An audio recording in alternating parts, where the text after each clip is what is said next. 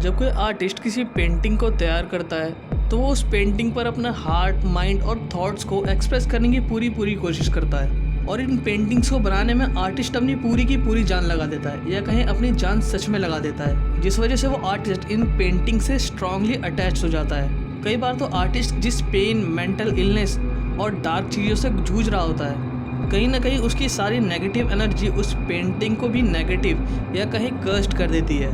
और आज हम ऐसी ही 3 पेंटिंग्स की बात करेंगे जो श्रापित है, और सच में ये सुनने के बाद आपके रोंगटे खड़े हो जाएंगे।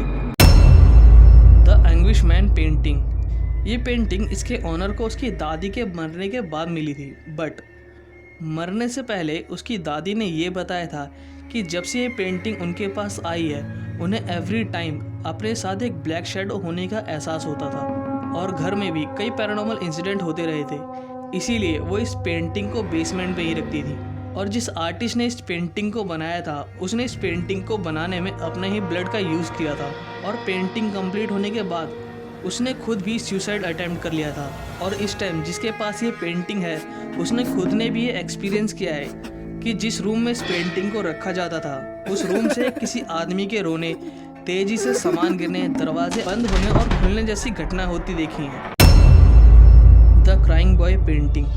इस पेंटिंग को 1985 में जिवोनी ब्रागोलिन ने बनाया था, और उन्होंने इस पेंटिंग की एक सीरीज सी बनाई थी। बट उसी टाइम लोगों के घरों में अचानक आग लगने के केसेस बढ़ते जा रहे थे, तो पुलिस और मीडिया ने इन सभी केसेस में लिंक ढूंढना स्टार्ट कर दिया कि क्यों लोगों के घरों में एकदम से आग लगने के केसेस बढ़ रहे थे। और उन्होंने फायर फाइटर्स से भी बात की।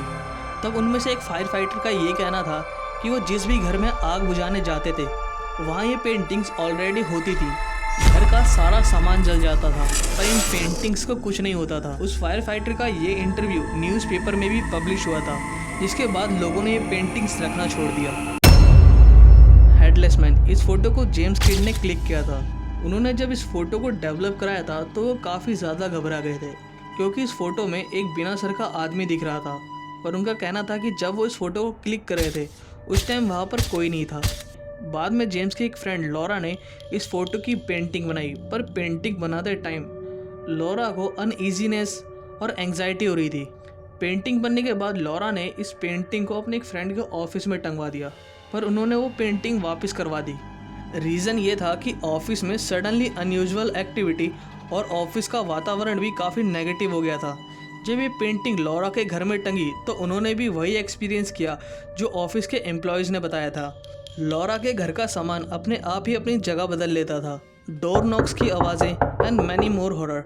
और साथ ही साथ उन्हें हमेशा ऐसा लगता था कि उनके साथ उनके घर में उनके अलावा कोई और भी रह रहा है। इस बारे में आपका क्या कहना है?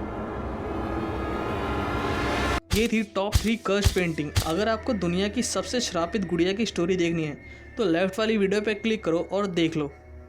वीडियो अच्छी लगे तो वीडियो को लाइक करें, चैनल पर नए चैनल को सब्सक्राइब करें